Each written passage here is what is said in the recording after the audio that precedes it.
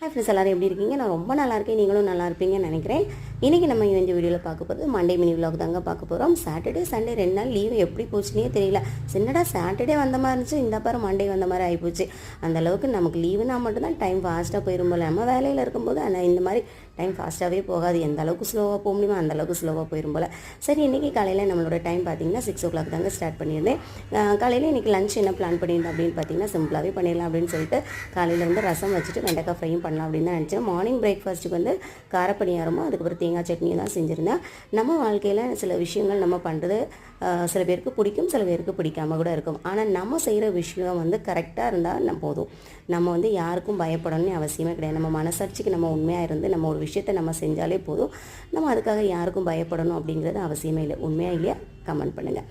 அப்படியே என்னோடய லஞ்சும் நான் பேக் பண்ணிட்டேன். இந்த வீடியோ பிடிச்சிருந்தா நம்ம சேனல் லைக் பண்ணிக்கோங்க. இன்னொரு வீடியோவில் பார்க்கலாம். தேங்க்ஸ் ஃபார் வாட்சிங்.